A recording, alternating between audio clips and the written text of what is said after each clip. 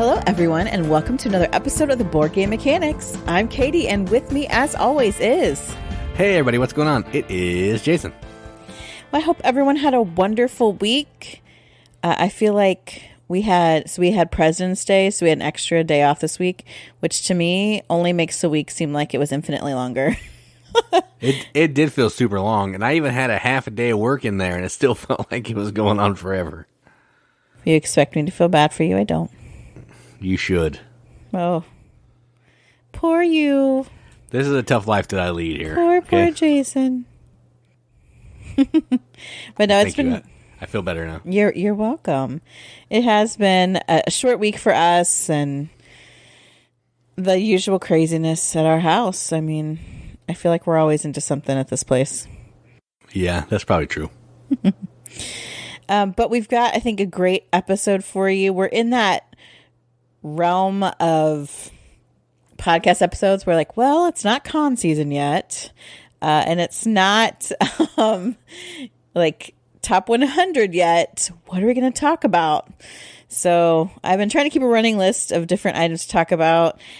I don't know. I think of different things. And I'm like, oh yeah, I think this would be interesting. But I don't know, Jace, I feel like you like a certain type of podcast and you don't really want to vary from that kind of topic. So no, I'm like, we probably do need to vary, honestly. So, yeah, we probably need to take a look at some of those out-of-the-box topics and check them out. So we are welcome to all suggestions at this point. If you contact with us on our socials and you think of something interesting that you want us to talk about, let us know, and we'll take a look at it. I can't guarantee that I can convince Jason to do it, but I'll try. It's true. I'm a tough nut to crack. No, it's just you're so set in your ways. Yeah, that is true. You don't like change.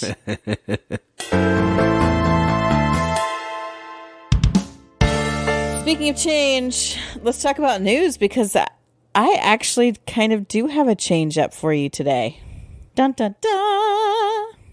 So first, I want to talk about traditional Kickstarter news. And actually, I don't want to say this is a frequent flyer on the channel, but we do often talk about BoardGameTables.com. They like to release about 4 games at once, which makes it super hard to remember them all and find them on Kickstarter.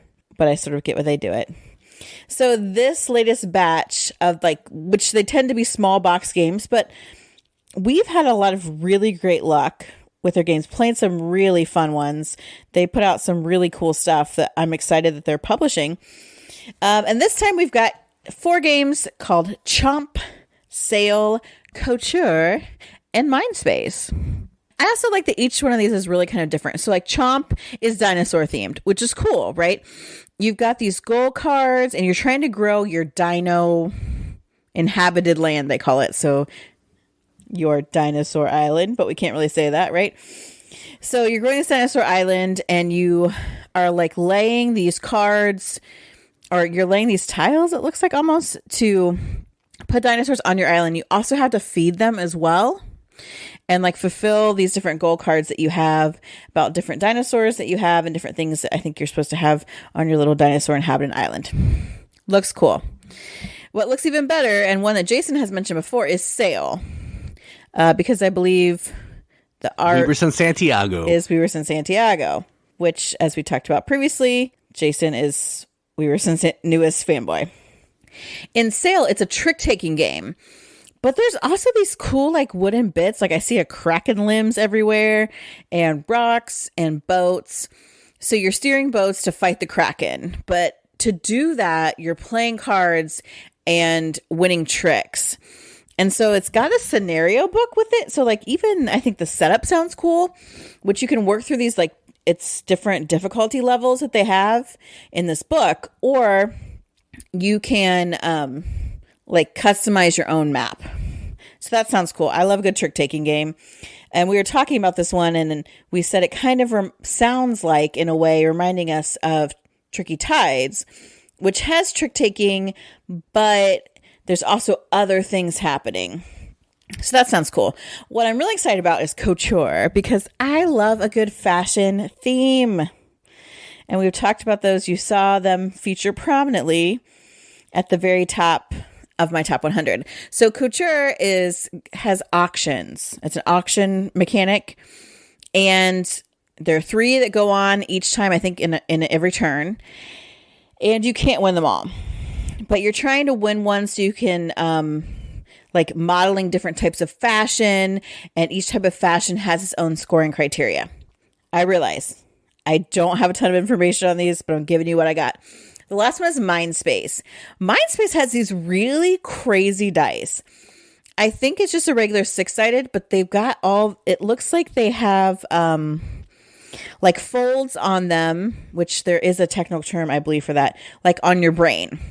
Because you are trying to like organize these cards.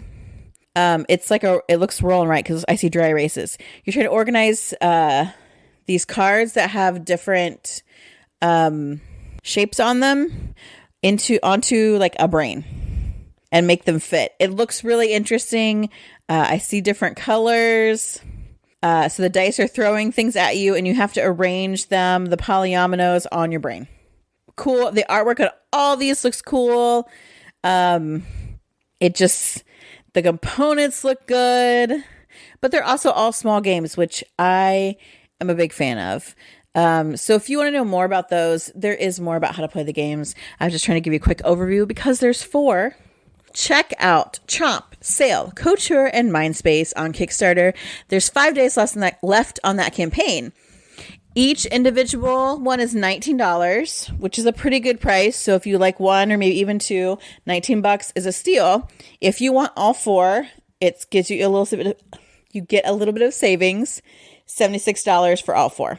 Yeah, these all play games are killing it with those small boxes. Most of them are pretty good.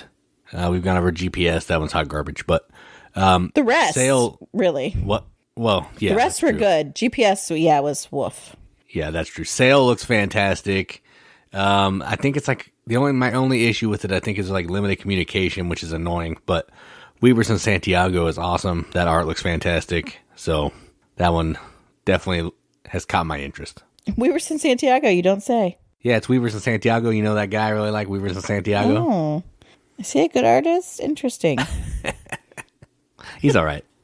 Anyway, moving on to my other pick. This is where things get crazy. I want to talk about a video game on Kickstarter. Yes, that's right. I'm breaking all the rules. And you know why? It's my podcast and I don't care. It's because I am not a big video gamer. I will say that. And there are some that I like, and it's mostly, I don't know, there's a genre, I'm sure, for it. Cozy little world building. Yeah. Cozy adventure games, yeah. Yes, those are the kind I like. Disney Dreamlight Valley is my current obsession. Definitely was on the bandwagon with Animal Crossing, those kind of things. The reason that I wanted to talk about this particular video game is because it reminds me actually of a little bit of the board game Broom Service, which we really like, and has one of my favorite artists in the artwork. Weavers in Santiago? It is not Weavers in Santiago. That's yours. Clemens Franz. No. And this game is called Mika and the Witch's Mountain. And it actually, they said a lot of it is based a little bit on Studio Ghibli anime movies, which I am obsessed with. So this one's very much like Kiki's Delivery Service. If you haven't watched it, it is the most, I think, Western palatable of Hayao Miyazaki's films. It's really good. It's really good. It has really great voice acting in it with the English actors when they dubbed it. And they actually, Disney brought them to the States and I think they did a really good job of not just overdubbing them with English, but they tried to get the meaning of the language in ways that match kind of the mouth movements, which you don't always see in dubbing. So, all that to say, in this game, you're a little witch and you're like having your first job. So you have to go and like you make deliveries for people on this island. And as you go make deliveries, you're gaining money, so you can use that money to upgrade your magic broom. And you're using your magic broom to discover all the inhabitants of this island, all the secrets hidden around this mountain. And you're really trying to get your broom upgraded enough to fly to the top of the mountain. That's your ultimate goal. So delivering little packages, getting with the landscapes, it's very casual, but it does remind me of Broom Service, where you're like delivering things. You can choose to be, a brave witch or, a cowardly witch, but you're going between all these different areas on this little island and worrying about the weather and all different kinds of things. And this really adorable video game seems to look like that. It says it's on all consoles and Steam, which I don't use because I'm old and I don't understand technology or games very much, but I have a Nintendo Switch, and that is like basically Nintendo's like, hey, old people, here's something you can understand. First with the Wii and now with the Switch. But it just reminds me, it's not a board game directly related, but it makes me think of that kind of game. So if you like games like that, maybe you want to take a break from board games, or maybe you have a gamer in your life who would love this game and you want to help them like kind of come towards board games. Dude, get this game and then play Broom Service. It's just a beautiful master plan. And I'm all about the manipulations. But either way, check out Mika and the Witch's Mountain. There's 6 days left in the Kickstarter. It's just $22 for a digital version of the game. If you want, like, the only physical game copy that they're going to make, I think, is for Switch. But I just thought I'd throw that in today, do something totally different. This is one that we backed. I did back this for you as well. Yay! Good. I'm not sure if I did digital or the actual one. We'll find out when I get in there. But okay. Either way, I mean, you'll have the game, so it doesn't matter. But and also, I think this would be like make a cool IP. Like expand kind of what Broom Service does into a pick up and deliver with a little witch. I think that's just cute. I mean, you could slap a Kiki's Delivery Service theme on Broom Service. That's effectively what that game is. Yeah. Like, that would be easy. Yeah, it also says they used The Legend of Zelda Wind Waker as a visual reference for some of this. So I don't know anything about that. Again, I barely play video games, but I just thought, let's do something different today. So that's cool. All the news I have for today.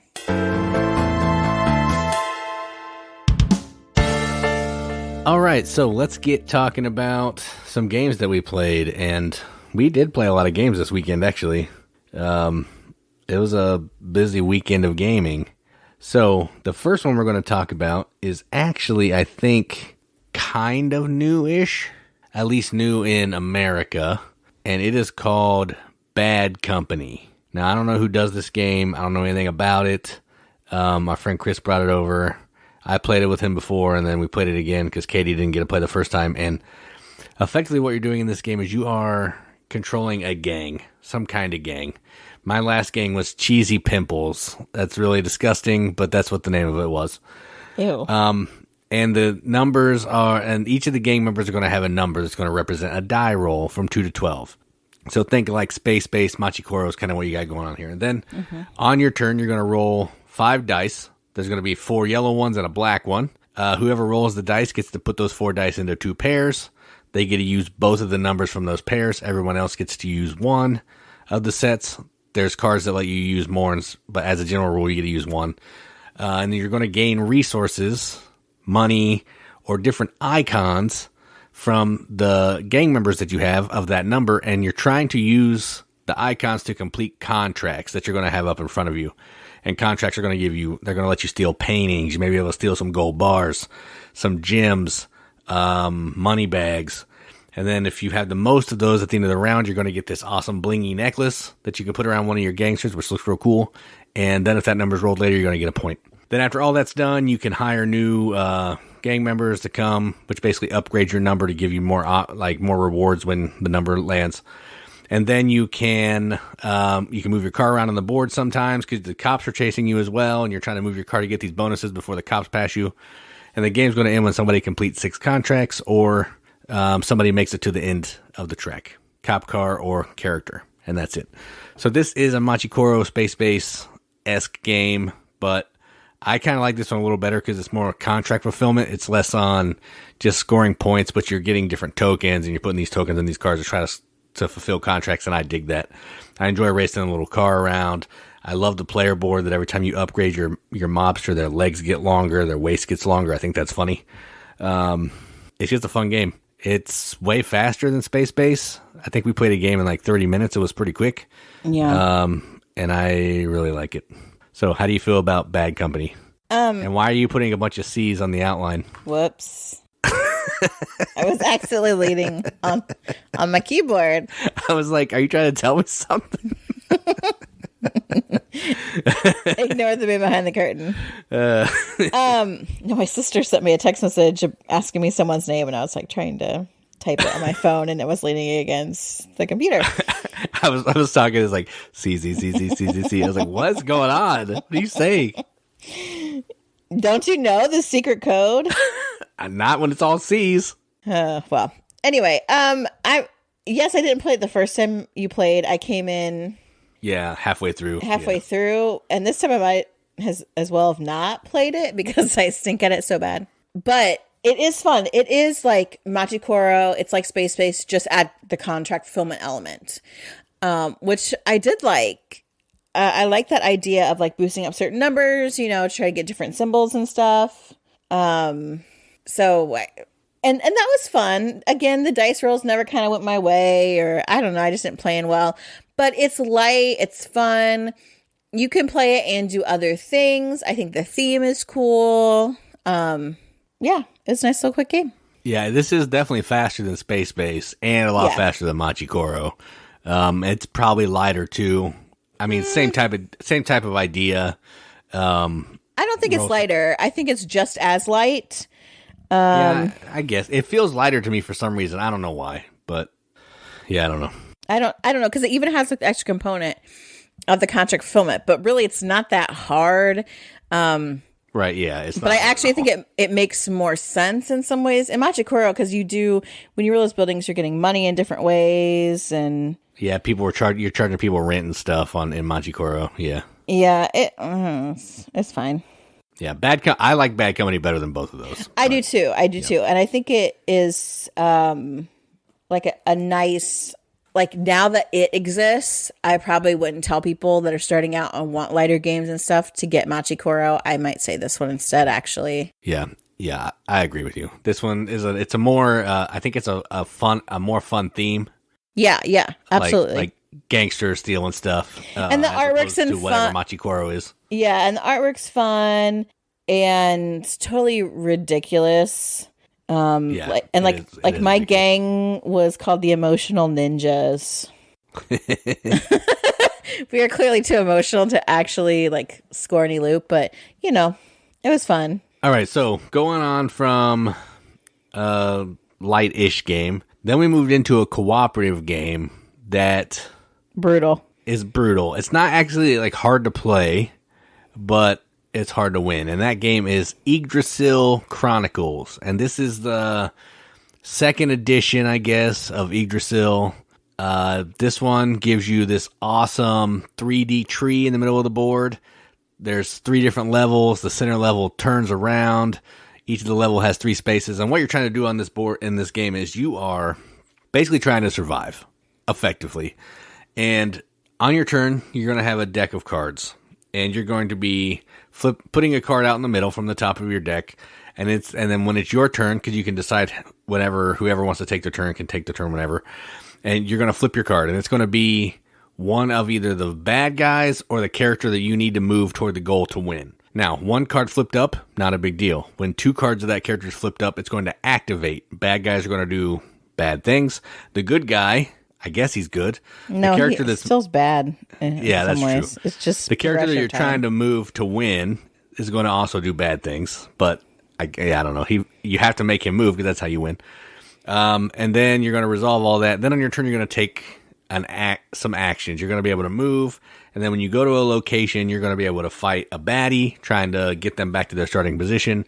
Because if some of the baddies get they move too many times, they could cause the end of the game. If they hit you too much, they could kill you, and then everybody loses. So you're going to the world, either interacting with the world, maybe getting some dice, getting some extra little characters that'll help you roll in battle, maybe going and battling a bad guy. Whenever you fight a bad guy, though, this is cool. You always win. So it will send the bad guy back to their starting space, but then you kind of have to roll to see, like, how difficult the battle was for you. And you may still have taken some damage even though you still won. And then you're just going to keep going around like that. The board's going to move when certain bad guys move. If multiple heroes get in the same space, the actions are stronger. If a hero gets in the space with a monster, the actions are weaker. It's pretty simple stuff to do, but it looks fantastic on the table. It's really hard. It starts out like it was super easy, then all of a sudden, out of nowhere, dead. So, yeah, it sneaks up on you. I like this one. It's good. I even watched some videos of the first edition. It looks just as good to me. It's different.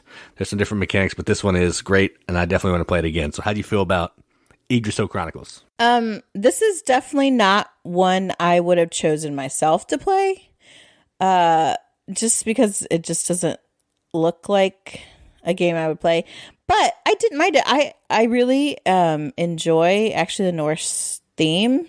It reminds me of some books I read, so I like it in that aspect, and I like that as a co-op, you really do need to work together, and it's about really helping each other. I think that is something that's really key because it is so hard. Like which would be the one thing I don't like about it, because I don't like when games are so mean. Like I don't like when people are mean to each other, and I don't like when the games are mean, and this is really mean. I mean, it's really mean, but it's enough. Like, there's enough interesting options and things that I definitely am like, ooh, yeah, we need to play it again. Like, we need to try it again and see what happens. And there's a lot of variety. We played on like this hard mode, and there's a hard and easy. And then also, I believe there's like different scenarios. 6 or 7 of them, I think, that you can work through, which I think it would be really interesting too, as far as story development, but the way everything like fits together, like the production is awesome, which makes it fun. Like, you want to do stuff and move around in the tree and, get like fun cards. And I just think it's very engaging. Even though it is hard, I don't feel like I'm like, well, that was hard. I never want to play it again.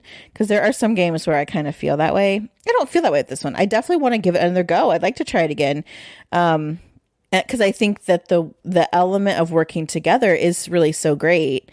That for me is something that I'm like, oh yeah, I'd definitely come back and do that again. Yeah, it's definitely, we probably could have made it farther, but we didn't play that smart. So, yeah, we died kind of early because we were playing it fast and loose, not really paying attention. But I don't know if for our first time we could have played better. You know what I mean? Like, yeah, we didn't know what we didn't know. Yeah. Yes. Also, for me, we've been meeting on nights that I teach like multiple classes in one. Like, I teach like at 3 different schools in one day on the nights that we have been meeting with our friends. So by the time, like, I think we started this at like 10 o'clock rolls around, to me it feels like it's 3 a.m, and I'm like a zombie, and my brain doesn't work very well. So I was really struggling to make sure I understood this game from the teach. So I think that the next time we go to play it, that will help, that I won't sit there like I'm almost hungover because my brain is so exhausted. That's true. It was a big teach. For like, this is one of those games where it's really not that difficult of a game, but there's just a lot of stuff. And there's lots of symbols too. Yeah. And like Norse runic symbols that they're using, which is cool for the theme. But also, my Norse is not very good, so I had to brush up on that. But yeah, it was fun. Very, very challenging. Easy enough to teach to a casual gamer, but I probably wouldn't unless they super love this theme. Then I would go for it. Yeah, I would agree. And after we play this one a couple times, I want to try the other one because Chris has the other one too, and I want to. That one's got pulling stuff out of a bag, and I love that. Also, you can't resist Old and Busted. That's true. That is true. I'm a sucker for that stuff. All right, so the last game we're going to talk about is actually kind of a small filler game. Which we may be talking about more later. But we really? We backed this on Kickstarter, and this is actually a game I think Katie talked about in news at one point, and it's called Broken and Beautiful, a game about kintsugi. That's the full name. And this is a little card game where you are collecting pottery, I guess, and then the pottery may break, and then you're trying to repair that pottery with gold, which is what kintsugi is, to make it more valuable. It's done through some card drafting. There's going to be some cards on the table. You're going to take a card on your turn. Last person takes 2 cards. It comes back around. Then whatever's on top of the deck and the card that's left on the table, because there's one more than the number of players, anybody that has a piece of that kind of pottery has to break one. Then you can spend gold that you've acquired either throughout the game or by discarding a card that you took to fix your pottery to make it more valuable. Then once the deck is out, you're going to score your cards. Each card's going to score a different way. Saucers go with cups. They're going to give points for based on cups. If it's fixed on the kintsugi side, it's worth more points. All that kind of stuff. Plates go together. Bowls are number of bowls times themselves, all that. But repaired is always better. It gives you more points. And it's a game. It's a little quick 15, 20-minute game. Great art. We have the deluxe version, which is these awesome metal golden bars. A really nice first player marker that's made of metal. Just nice production. Fun little game. Really fast. And I enjoyed it. Not my favorite game in the world, but I did enjoy it. So how do you feel about Broken and Beautiful? Well, you know, I'm a sucker for a Japanese themed game. So obviously, I convinced you somehow to back this on Kickstarter because of that. And also because I love the idea even of kintsugi, and I think it's kind of gained some popularity. I've seen like memes and stuff about it because the idea that there's this Japanese art form where let's take something that people think is broken and has no value and give it value again and show the seams and the brokenness, but highlight it even with gold and put it back together. And there's just so many beautiful life lessons in that. And I could get all, existential, wishy-washy, touchy-feely about it, which Jason would hate. But as a game itself, like to have that theme, I think that's great. It plays so quick, which is nice. So even if you like the first time we played it and we weren't really sure, it's so easy, just like, oh yeah, let's do it again. No problem. I think we played this maybe 3 times in a row. Yeah, I think so. As we're figuring out, and it didn't overstay its welcome, nice little quick. You actually want things to break, which I think is what you fight against at the beginning. Your natural instinct is like, no, I don't want to get dishes that are going to break. But you really do. Because also, that is the whole concept that we make things more valuable after they're broken, which is it's a beautiful thing. So I like that.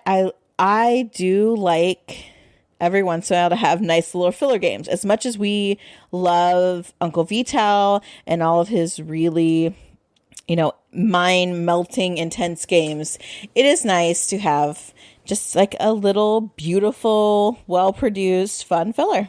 Yeah, I agree. And this one is definitely really nicely produced. Yeah, I like it. It's, again, not my favorite. And if you want to check it out, you can, I did do a video for it, so you can go check that out and see what it's all about if you want to. Yes.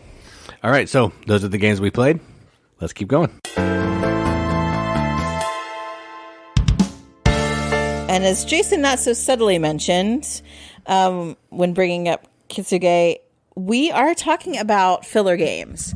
Now, we had to get some requirements because we said, Jason's like, we could make any game a filler game. I'm like, okay, so Twilight Imperium, Lisboa, filler games. He's like, yeah, it fills hours. That's not what we're talking about. I'm hilarious. You made me sound like a really funny guy right there, just so you know. Are you serious? Did you hear the voice I used for you? Because it's that how it sounds to me when you say these things. Yeah, it made me laugh, though, still. Okay, of course it did, honey. So filler games for us are games that are playing 30 minutes or less. I specifically left out 2-player only games because, again, as 2 players, they tend to play faster. Jason and I can bust through a pretty hefty Euro pretty quickly because we think of other people's turns and we know what we're doing. But I kind of left 2-player only games out. And we also left out like party type games. Another type of games we left out are card games, trick-taking games, games where playing cards, having a hand of cards, collecting cards, where that's the primary mechanics. Because we will visit those next week because I freaking love a good card game. And they make excellent filler games. So this is our favorite filler games that are not 2 players, that play in 30 minutes or less, that are not card heavy or card centric games, I'll say. And Jason's got our first one. Yeah, so that doesn't mean they can't have cards in them. Right. It just means they're not like, drawing a card, playing sets of cards, yeah, that kind of thing. Like I just said. Yeah, and my first one, I just wanted to reiterate because my first one is cards, but it's not a card game. And that is Silver and Gold. This is a little flip and right game where you have these cards in front of you and a card gets flipped in the center of the table and you are marking off patterns on these cards to try to fill them in. You're basically looking for treasure, I think is the theme. And when you fill in a card, you're going to get some points at the end of the game. You take a new card. If you cross off coins, you get extra points for that. If you cross off an X, you can cross off another space on another card. Just a simple little polyomino flip and right game. Plays lightning quick, no more than 30 minutes. It's probably 30 minutes if you're getting up every 4 minutes and doing something else. It's really quick and just a good time. So my number 3, Silver and Gold. Yeah, this is a nice little game. I always say, I don't like roll and rights or flipping rights. And then I look at all the number of those that I actually do own. And I'm like, oh, maybe I do like them. My number 3. So I guess I didn't mention that we're going over our top 3. I probably could have done 5. But for the sake of your time, we're only going to do 3. My number 3 is a game that I really love. And it's thinky, but it's not thinky in a way that makes the game take long. And that game is Shipwreck Arcana. So in Shipwreck Arcana, it's a deduction game. You draw 2 tiles from a bag. One of them you're going to keep hidden, and they have numbers on them. 1 through 7. Yes. Yeah. 1 through 7. You're going to display one. You're going to hide one of the numbers. That's the number you're trying to get everyone else to guess. You're working together cooperatively. Then you're going to use the other number to lay on one of these cards that is out there. Are those the Arcanas? Yes. Yes, I thought. On one of the Arcana cards. To try to give hints to your fellow teammates as to what number you have. And the Arcana cards talk about different things like odd or even numbers. The product of it is something else, which to me at first I was like, oh God, this is math. Like I hate math. But I love deduction, and it's generally simple enough math that even I can do it. So I've actually, I played this with my Aunt Sam. I don't know if she listens to our podcast. Sometimes I think she does, sometimes she doesn't. Sometimes she does. Yeah, I think it's occasionally. We played this with her, and I'm like, I don't know if she's going to like this, because she's always like, I don't want a game that's complicated. I don't know how to think too much, even though she totally can. She loved this game. She's like, oh my gosh, let's play again. Because it is really quick. If you're bad, it's super quick. That's true. That is true. But you are kind of trying to guess these numbers accurately in as little rounds as possible. But you get to work together, which I think is so great. So it makes it it makes it more interactive, and it can make it easier on people that maybe aren't either as good at math or as good at deduction as others, which does make it hard sometimes, because then you can have some people take over the game. And then I do feel bad, because sometimes I do that because I'm like, oh, it's obvious, this and this, and then people are like, what do you mean it's obvious? And then I get to this whole thing. But for me, it's very fun. It has really beautiful artwork, and it plays so fast. So especially if you play it once, you're like, you hear the instructions, you're like, I don't get it. After you see it being played, and because on each person's turn, you're doing the same actions, it's so easy to go again. And if you do terribly the first time, you're going to do better the second time, because you're going to understand it better. Even understanding some of the wording on the Arcana cards can be helpful like a second time around, and it is not a burden to play this game 2-3 times in a row. So my number 3 is Shipwreck Arcana. Yeah, and it does seem like some of the cards do feel like they're really mathy, but it's like the sum of these two numbers is greater than 12 or something like that. It's not like, you know, a derivative. Yes. Yeah. It's really basic stuff. Some of the Arcanas are kind of confusing, but again, there's enough of them. If you don't like it, just get rid of it and get another one. Not a big deal. Well, and also like some of them are confusing, and then as you talk them through out loud with your group, I think that's the most powerful part of this being cooperative, is then you guys can kind of come to that consensus and understand what the card's asking you and use it in that way. Right. Yeah, that's true. All right. So my number 2 is actually, I think, is this Bruno Catala? I think so. I don't know. Theo Riviere is one of them. I know that. And it is Bag of Chips. This is, I don't know. It's a dumb little game. It's a game where you you love it so much. I do love it. I do love it. It's a game where you're pulling these chips out of the bag. And the bag, the chips are basically like flavors of potato chips because it looks like a little potato chip bag. And you're going to have, in your hand, you're going to have, I forget how many cards. You're going to have a certain number of cards, which are like goals. And on these cards, it may say more of the yellow chips than red chips. And if that happens, I might get 47 points. Just for example, it's a random number of points on these cards. It is a weird random number. So every round, you're going to pull out a certain number of chips. Then you're going to discard a card until the last couple rounds. Then you're going to start playing cards down in front of you to score. There's going to be a card on the left, which is negative. There's going to be 2 cards on the right, which will be positive. So what you're trying to do is the card that's on the left, you're trying to make sure that you're not meeting that goal. The cards on the right, you want to try to meet those goals because they're going to be positive points. Left is negative points. But you play those cards before the last pull, and those last pulls could cause your card on the left to be worth negative points. Then once all the chips are out on the table, you're going to flip your cards and you're going to score. See who did the best. If you have the most points each round, you're going to get a little potato chip token. And if you get 4 tokens, you win the game. It's a simple little push your luck game, effectively. With this one does have a decent amount of math. It's a little more math heavy than Shipwreck Arcana, but again, it's just adding and subtracting. But really fun game. Some of the stuff, the scenarios that come out on those cards, that the score is, they're crazy. Because there's one chip, I think there's one color chip that has like 3 chips. And there's a card that if there's more of the chip of the fewest color than there is the chip of the highest color, you automatically win the game. And that is fantastic. It happened once, I think. It doesn't happen that often. But the fact that you can do that is really cool, and I love it. So my number 2, Bag of Chips. If you don't know what it is, check it out. We have a video. If you find it, just buy it. You will not be disappointed. It's a good time.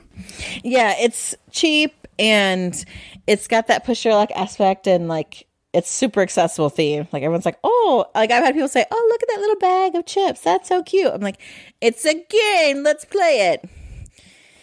We've talked about that ad nauseum, but it's good. Yep. My number 2, I know we've talked about before, but the last time I played it, maybe even the last couple times I played it, were underwhelming, I guess. And this is what drives me crazy. But this is the nature, I think, sometimes of games, at least for me. If I play it and like the people I'm with like are like, I don't like this game, I don't understand it, and like get really like annoying about it, I'm like, oh, well, that wasn't very fun, because they make it not fun, even though I know the game is fun. And this game is an example of that. And it's The Legend of the Cherry Tree that blooms every 10 years. Blossoms every 10 years, yeah. Okay, blossoms. Right. Legend of the Cherry Tree, for short, right? As short as that is. Yep. But it is another push your luck game. It is so beautiful. The production quality is, I think, really good on this game. And it's Asian themed, so obviously I'm going to be attracted to it. But you are, again, pushing your luck, drawing things out of a bag. You're drawing these really beautiful little blossoms out of different colors. And you're trying to get as many as you can to score the most points based on these little cards and things. Like, the nice thing is there's a screen where you have to put some blossoms behind it. that shows you exactly how to score, what you're looking for, what busts. It's great. It's all right there, which makes for me like, oh, this game goes even shorter because to teach it, you're like, hey, you draw this bag. This lets you bust. You say how many you're gonna pick out first. Look at this card. That's what you're going for. End of. But like people are like, I don't understand this. Like they just you draw them out. It's freaking like a simpler version of I can't think of the name of the Quacks. Thank you. I'm like, what's a dang game? Quacks. Yeah. It's a simpler version of Quacks with an Asian theme. But they like get all bent about it. Like there are definitely people have been like poopy pants about this. And I was looking around our game room today as I was filling out the outline, and I'm like, this game is so good. I know this is a good game. I just need to play it apparently with better people. But it's quick. And again, so if maybe you don't quite get it the first time, super easy to be like, okay, let's try it again. Let's just turn around and do it again. And it changes all the time because of what you draw out, how far you're willing to push your luck, all of those things. So many great elements to this game, artwork included. It's really one of my favorite fillers. The Legend of the Cherry Tree that blossoms every 10 years. My number 2. Yeah, I haven't played this for a long time. I think you played it a couple times when I didn't. With poopy pants, apparently. I think you might have been there a couple times, but you don't remember. I don't poop on this one, though. I like this one. No, you don't poop on this one. It's the other people that are pooping. Yeah, that's true. Yeah, I do want to play this again. I do like it. It is really quick. Yeah, that might be my only issue with it. It might be a little too short. But yeah. It is short. Like that's why it's one of those push your luck games where it does behoove you to push your luck because it's going to go by quick and you want to get some points. So go big or go home in this one. Yep, that's true. All right, so my number 1 is actually it's weird. It's different. This game does not exist in America. You can't find it to buy in America. Oh my gosh, you're the worst. And you can play it on Board Game Arena, which is where I have played it. I don't even know how I stumbled upon it, but maybe I saw it in a group or something. And it is called Loco Momo. This is the theme of the game. It's pretty adorable. They're these little animals that are in the forest, just playing and having a good time. Someone drops a camera, and these animals find it. And in order to be the new owners of this camera, the animals decide they need to take the best picture. And if they can do that, then they can own the camera. That's the theme. So what you're doing in this game is there's this board of animals. There's like a rabbit, a leopard, a eagle, a bear, and a bird. Some kind of like ducky or something. And each of these animals are going to move around the board to a different space, one of the 4 corners, and they're all going to move differently. Like one of them moves counterclockwise, one of them moves clockwise. The bird wants to fly to the next space that has a bird. And then once you move the animal, you're going to collect all the tiles of that color. There's green, blue, and brown tiles. Then you're going to put those tiles on your player board in certain patterns to score different points. Each of the rows and columns are going to score in a different way, and you're just trying to score the most points. It takes place over 6 rounds. You're getting 6 turns, and you're trying to make the best out of those 6 turns. And you're moving 1 animal on each turn. So you're trying to get as many animals as you can in those 6 turns. On Board Game Arena, the game plays in about 6 minutes. So I'm assuming in real life it would probably be 20, 25 minutes. It's cute. It's fun. It has kind of like an Azul feel, but way less convoluted and cuter. So my number 1, Loco Momo. Yeah, that's weird. But I'm glad you embraced that. I would love to get this game. It's awesome. It's from the company.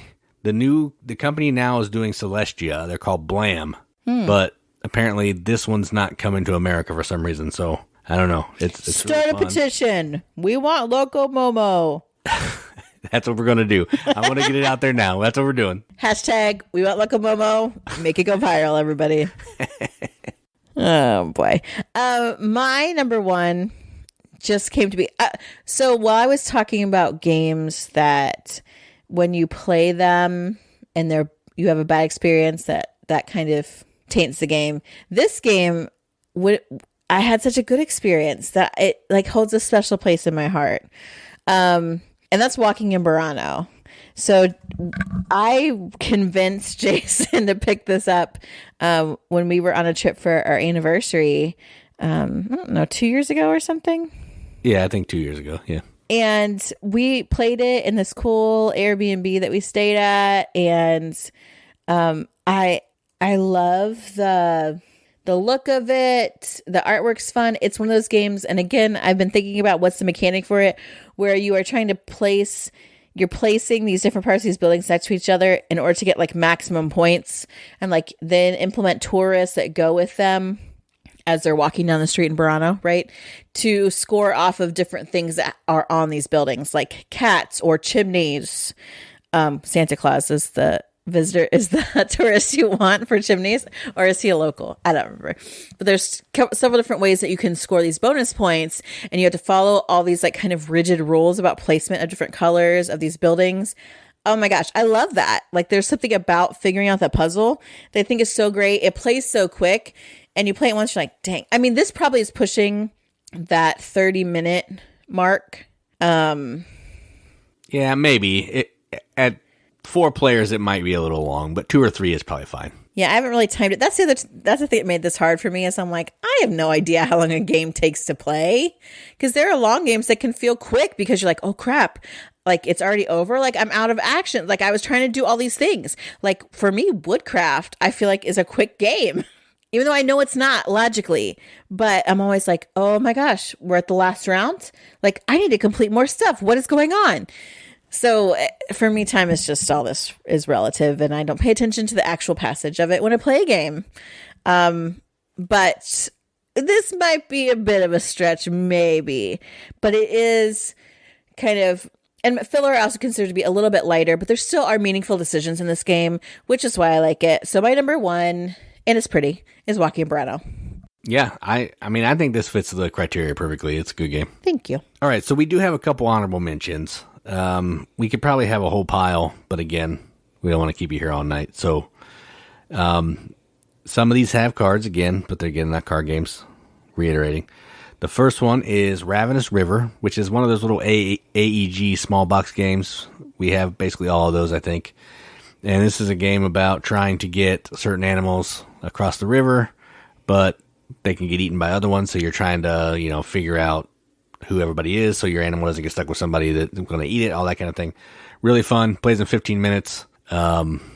Just shuffle up, do it again, and it's a good game.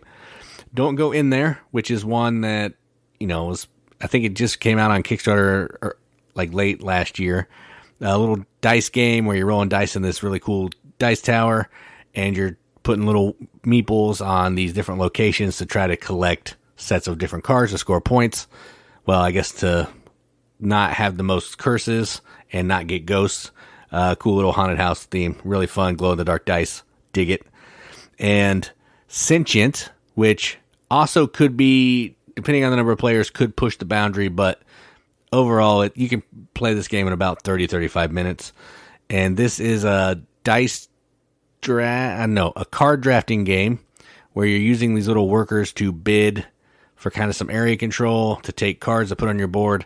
They're going to manipulate your dice they're going to manipulate dice on each corner of the card to try to score points. You want to have dice of certain values to make the card work. They're going to have like little math equations on there that you're trying to make the cards fire off and score points. Really fun game. I don't know how accessible or how easy it is to find, but if you can find it, get it. It's good. I didn't realize it was hard to find. I mean, I don't know that. I don't think it's in print anymore. But you could probably still find it, I think. Sorry, everybody. Yeah, last time we played it, I was like, oh, yeah, I haven't played this a long time. We got it out, and I was like, wait, it's over? What? Yeah, at 2 players, it's real fast. I was like, oh, dang. And it's weird that I like it because there is mathiness happening. Oh, yeah, yikes. Are you looking at the price? Yeah. So there's one listing on eBay from $68.52. There's a new version on BGD, so the Geek Market, that's for $75. There's a very good version for $35. That's not hateful. Yeah, only 3 of them. Only 3 of them. Yeah. Sorry, I don't like putting inaccessible games on here. I just figure we've got Old and Busted. Surely the people can find these games. That's a good rule of thumb most of the time. Yeah. I feel like that's kind of our collection. I also put Parks Memories on here, and then as honorable mention, and then I thought, is it a 2-player only game? But I think you can play it with more players, but you do have to augment the rules. Yeah, it says 2+ on the box, so yeah, I think you can play in like teams or something. Yeah. Yeah, but Parks Memories, so it's using like all that beautiful Parks artwork, but it's in a match game sort of way. Now, when you play this with Jason, it takes longer than 30 minutes because the man cannot remember anything. Bless his heart. Yeah, it's bad. It's bad. It's real bad. It's bad. It's like embarrassing. I feel bad. I'm like, where are the children's rules for this that I can augment this to? Because wow, because you think it's memory match, but it's not like that. You actually use like game mechanics in it, which I think is really cool. Like these powers, and you want to get certain like symbols to trigger off these cool powers that you have. Yes, but you have to do that right. But it really is super fun. I think there's a lot of really interesting play in this because it is like an elevated memory match kind of game. And it's gorgeous in Parks, and I love them. Grimm. Grimm is cards, but Grimm is not playing cards. We've talked about Grimm before. Oh, this is another like you can never find this game. Yeah, Dang this one's impossible to find. Guys, I'm sorry. But Grimm is really good and short, and it's an auction game. I mean, you do play cards, like you have your auction betting cards. This is why I didn't put this on my list, because I feel like it breaks the rules. But it's just a really fun auction to get set collection with like Grimm fairy tale figures. I don't think it breaks the rules. It's an auction game, and you're just using the cards as like rewards. You don't have a hand of cards. Yes, you do. Yeah, but they're basically used as like an auction fodder. It's not like I need to draw a 6 so I can have a 6 in between my 5 and 7, like that kind of thing. It's none of that. Right. Yes, it's cards, but I don't think it doesn't feel like a card game. Okay. I know that doesn't make sense, but that's how I feel it. Okay, that's why it's on this list. Sorry, it's hard to find. Draftosaurus, I don't think it's hard to find. No, you can get that. But I haven't tried to find it. So this is drafting dinosaurs out of a bag, placing them into your park. The dinosaurs are so cute. And it's like if you made a really simple version of Dinosaur Island, you would get Draftosaurus. And it's still really fun, and it's really quick. So it's really easy to play through on map, and people are like, oh, I totally get this, because each round you play it the same way. You're drafting dinosaurs and you put them on your thing. And so then they have there's different, like you can flip it over and play the other side of the map, which we almost always do because just one side of the map is super short, and even two sides of the map is really short. And who doesn't love to play with dinosaurs and put them in a park? And then I also want to talk about Bang the Dice game. The regular version of Bang can take forever. I do like that because I think there's more strategy involved to it. But Bang the Dice game gives you a lot of the great stuff of Bang, but takes out anyone who has any AP because you're rolling the dice and you have to do what's on there. And it goes super quick because you're like, oh, I have to shoot three people. Okay, bang and bang. Oh, you're dead. Whoops. Game over. I mean, the dice dictate it for you, that randomness. But you still get the feel of Bang in that. And so it's also even a nice intro to Bang for people that maybe want to go a little bit deeper when you have more time. But to start with the dice game, super quick filler. We generally play several rounds of this anytime it comes out. Just a great short game that does have card. No, this version doesn't have cards, so we're safe. Yeah, I did think of one more. Mm-hmm. Breakdancing Meeples. I saw that in there and didn't know if you want to talk about it. I don't like it, so I didn't talk about it. Oh, I do like it. This is a little stupid game where you're throwing these meeples. You have like a minute, and you're rolling these meeples, and you're trying to get them to fall in certain positions to do like breakdancing moves. It's real like dumb. Pass the pigs with the breakdancing theme. Yeah, it's past the pigs, but you're throwing meeples instead. It's real dumb, but it's 5 minutes. You play 5 rounds, and each round's a minute. So it's the sheer definition of a filler game. There's no setup. You get the thing out, you set a timer, and you go. I like it, but it's not for everybody for sure. I do like it, though. Well, I was thinking when you were talking about Grimm, I was wondering if Campy Creatures is 30 minutes, but I don't know. Because, again, I'm bad at timing. Yeah, I don't know. That does function similarly. But I think it might push the boundaries of time. Yeah, it can go a little long. Okay. Forget I said that on this podcast. So those are some of our favorite filler games. I know there are more. Even as I was looking around at our collection, I know we've played filler games with other people because it is an easy way to get through like a bunch of games when maybe you're short on time or short on attention spans, which I think happens, a lot because not everyone is a super gamer, but filler games are a great way to put together a game day with people that aren't into games as much. And there's such a wide variety of what's out there, and, finding the right theme and making it work for those groups, I think is the beauty of filler games. Because a lot of people don't feel like committing to a long game or other, like, if I hear one person say, I'm just not smart enough to know how to be able to handle that game like that, I'm going to punch somebody in the face. I'm tired of that. I don't want to hear that negative self-talk. And we wouldn't have a game, and I wouldn't suggest it if I thought you were too dumb to play it. Like, what? Sorry, I got to put my soapbox away. Hang on. Okay, I'm back. So anyway, love filler games. Great. And I want to hear about more because I am always trying to pick up new filler games. Like when we go to game shops, I am looking at like the little box games, especially because those really intrigue me. Cat Lady is another one that's good. Spoilers, we'll be talking about some of these next week. Not Cat Lady. Is that cards? Yeah, it's all cards. Okay, never mind. I'm done. Tell me about your filler games. You know all the socials. Yeah, and that's why we didn't have a ton on this list, because a lot of fillers are card games, honestly. Or at least a lot of the ones we play, because we're in the Midwest and people know cards. True. Yeah, a lot of trick-taking games and all that kind of thing, so yeah. Okay, I'm turning into a pumpkin. We're done with this podcast. Find us on social media. Tell us about your favorite filler games, because I love to hear about new ones. Okay, I've been Katie. And I'm Jason. Keep gaming, everybody. Keep gaming.